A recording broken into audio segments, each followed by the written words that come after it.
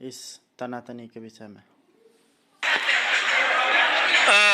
अपने घर में है और ये हमारे जमील भाई पार्टी ज्वाइन कर रहे थे। इस अवसर पर मुझे बुलाया गया था। मैं उन लोगों का स्वागत करता हूं पार्टी के अंदर और उन तमाम साथियों का हृदय से धन्यवाद देता हूं जिन्होंने इस अवसर पर हौसला बढ़ाने के शब्दों का प्रयोग किया। मैं कोशिश करूंगा कि उनकी अपेक्षाओं पर खरा उतरूं। चुनौतियां मानते हैं? कोई चुनौती नहीं है, रास्ता प्रशस्त है, गाड़ी पटरी पर आ चुकी है, उसे चलाना है और चलाना इसलिए आवश्यक है क्योंकि शिक्षा के नाम पर भी बिहार को बदनाम किया जाता रहा है और आज शिक्षा की गुणवत्ता और शिक्षा में अनुशासन व्यवस्था में अनुशासन, ये तमाम चीज़ें एड्रेस की जा रही हैं हमारे पदाधिकारियों के द्वारा या हमारे जो टीचर्स हैं और स्टूडेंट्स हैं उसको फॉलो कर रहे हैं। ये बहुत अच्छी बात है।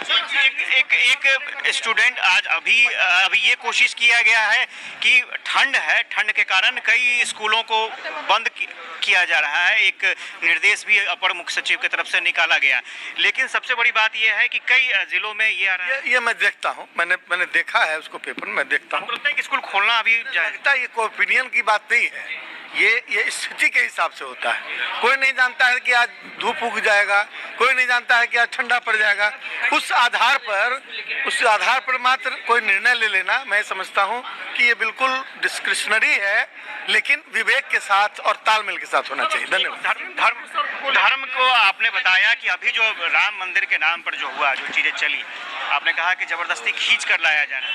ये मैंने कहा कि धर्म का स्थान राजनीति से बहुत ऊंचा है और जो किया गया वो धर्म को घसीट कर और राजनीति में लाया गया। यह बहुत अच्छा नहीं लगा लोगों को। ये मैंने अभी आप लोगों ने शिक्षा मंत्री जी को सुना, उनके द्वारा कहा सारा कुछ बताया गया, जो कि पटना के डीएम और साथ ही साथ अपर मुख्य सचिव के पाठक के बीच जो विवाद चल रहा है उसके बीच उनके क्या कहना था उन्होंने स्पष्ट कर दिया और उन्होंने इस बात का संज्ञान ले लिया है। बहुत ही जल्द यहाँ पर इसका निदान निकलने वाला है। अब हम लोग सक्षमता परीक्षा से रिलेटेड जानकारी लेंगे, जो कि अमित विक्रम जी बता रहे हैं, जो कि आप लोग को पता ही है कि जब से मार्गदर्शिका आई है उसमें बिहार बोर्ड के द्वारा जो परीक्षा लिया जाना है उसमें यह बताया गया है कि सीबीटी माध्यम से एग्जामिनेशन होगा।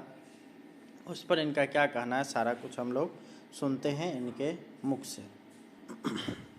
रहा है कि इतनी बार सरकार से मांग करने के बावजूद सरकार ने हमारी मांगों पर कोई विचार नहीं किया, कोई सुधार नहीं किया नियमावली में और परीक्षा का डेट भी लगभग घोषित कर दिया है। तो ये हम लोगों के लिए बहुत ही कहीं आश्चर्य की बात है और पीड़ा कष्ट की बात भी है कि जो 3 जिलों का विकल्प हम हटाने की मांग कर रहे थे उस पर सरकार ने कोई विचार नहीं किया और उल्टे जो है कि परीक्षा का डेट भी घोषित कर दिया। देखिए, बिहार में यह पहली बार हो रहा है। इससे पहले थंब इम्प्रेशन का जांच तो बीपीएससी वालों का भी हुआ है, लेकिन आइरिस रिकॉग्निशन यानी आँख की पुतली का जांच नहीं होता जी, इस पर हो रहा है। क्यों हो रहा है? मतलब कि ऐसा लोगों को शक है कि वो शिक्षक नहीं है इसलिए हो रहा है? अब देखिए, क्यों हो रहा है ये तो जिन्होंने आदेश निकाला है वो बताएंगे, लेकिन हम शिक्षकों की तरफ से कहना चाहते हैं कि हम लोग थंब इम्प्रेशन और आइरिस रिकॉग्निशन के साथ साथ डीएनए टेस्ट के लिए भी तैयार हैं। टेस्ट भी करवा लीजिए। जब आंख का पुतली जांच करवा ही रहे हैं तो बचा क्या है कि डीएनए टेस्ट वो भी करवा के देख लीजिए कि डीएनए टेस्ट हमारा मैच कर रहा है कि उसमें भी कहीं कोई मिसमैच है, गड़बड़ी है। हमारा भी डीएनए टेस्ट कराइए कि हम शिक्षक हैं कि नहीं, शिक्षक हैं कि नहीं है। यही जब बचा रह गया है बिहार में तो ये भी करा के दे। हम लोग तो बरसों से शिक्षक हैं। कितने साल से पढ़ाते हैं फिर से एक बार बता दीजिए। बार मैं तो 11वां वर्ष में प्रवेश कर गया और कई साथी हमारे 20 साल से पढ़ा रहे हैं। 2003 में जो बहाल हुए तो उनका भी आंखों का जांच, उनका भी आंख का जांच होगा। आंख के साथ साथ मैं अनुरोध कर रहा हूं सरकार से कि डीएनए टेस्ट भी करवा लीजिए। उसके लिए तैयार है? हाँ, सब आंख का हम टेस्ट दे रहे हैं तो थोड़ा सा खून भी दे देंगे, उसमें डीएनए का जांच भी हो जाएगा। और इस बार हम लोग सुन रहे हैं ऑनलाइन परीक्षा होगी और ऑनलाइन परीक्षा होगी तो सोचिए कि ऐसे जो शिक्षक जो 50-55 बरस के हो गए हैं, जिन्होंने जीवन में कभी कंप्यूटर की दक्षता हासिल नहीं की, कंप्यूटर नहीं चलाया है, बहुत सारे ऐसे मैं शिक्षकों को जानता हूं जो स्मार्टफोन भी ढंग से नहीं चला पाते क्योंकि उनकी पीढ़ी में उस वक्त नहीं था। उन्होंने आज से 20 वर्ष पहले नौकरी ज्वाइन किया, उस समय इस तरह का मोबाइल कंप्यूटर का युग नहीं था।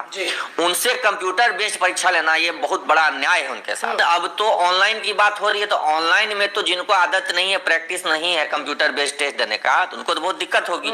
और आप देख रहे हैं सेंट्रल टीईटी होती है, इतनी बड़ी परीक्षा पूरे देश में होती है, वो 25 लाख लोग देते हैं, वो ऑनलाइन के बदले हम पेन एंड पेपर हो रहा है पिछले 2 वर्ष से। तो ये पता नहीं बिहार बोर्ड की या सरकार की क्या जिद है ऑनलाइन परीक्षा करवाने की, ये समझ से परे है। अव्यवहारिक भी है।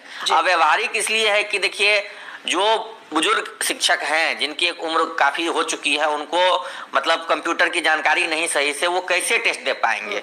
घबराहट होगी, बेचैनी होगी, पहली बार किसी चीज का इस्तेमाल कर। मांग की थी कि बिहार बोर्ड क्यों, बीपीएससी हमारी परीक्षा ले, लेकिन परीक्षा के बाद हमको मिलेगा क्या, ये पहले सुनिश्चित किया जाए कि परीक्षा के बाद हमको क्या हासिल होना है, कितने प्रतिशत वेतन वृद्धि होगी, कितने प्रतिशत का हमें लाभ मिलेगा वेतन में, ये सब चीज हम लोग को क्लियर होना चाहिए। 3 अलग अलग जिलों में भेजने की जो बात होती है बार बार, उसका निराकरण होना चाहिए। अब इस उम्र में, इस अवस्था में किसी का घर परिवार बस गया है, घर बना लिया, बच्चे पढ़ रहे हैं, सबको छोड़ करके वो कैसे दूसरे जिले में चले जाए? तो ये सब पर क्लैरिटी नहीं आई, कोई क्लियर कट हम लोगों को वहां से निर्देश नहीं मिला। तो अभी आप लोग सुन रहे थे अमित विक्रम को, जो कि यहाँ पे सक्षमता परीक्षा को लेकर के यहाँ पे बातें बता रहे थे, जिसमें शिक्षकों को जिस तरह से दूसरे ज़िला भेजने की बात हो रही, या फिर जो है उसका सिलेबस वगैरह जो भी क्लियर कट नहीं है, या फिर यूँ कह लें कि एग्ज़ामिनेशन में जो जिस तरह से थंब इम्प्रेशन और आइरिस रिकॉग्निशन किया जा रहा है, उस पर इन्होंने सारी बातें बताई हैं। और ऐसा उम्मीद है कि इसको यहाँ पे समाप्त किया जाएगा। तो उम्मीद करते हैं कि आप लोग सक्षमता परीक्षा की अगर तैयारी कर रहे हैं तो आप लोग ज़रूर जुड़िएगा व्हाट्सएप से। और नंबर आप लोग को फिर से बता दे रहे हैं, 97 094 72 735। इस नंबर पे आप लोग कांटेक्ट करिए और सीधे तौर पर आप लोग सक्षमता परीक्षा का PDF वगैरह प्राप्त करिए यहाँ से। तो आप लोग से मिलते हैं नेक्स्ट वीडियो में, तब तक के लिए बहुत बहुत धन्यवाद। Thanks for watching.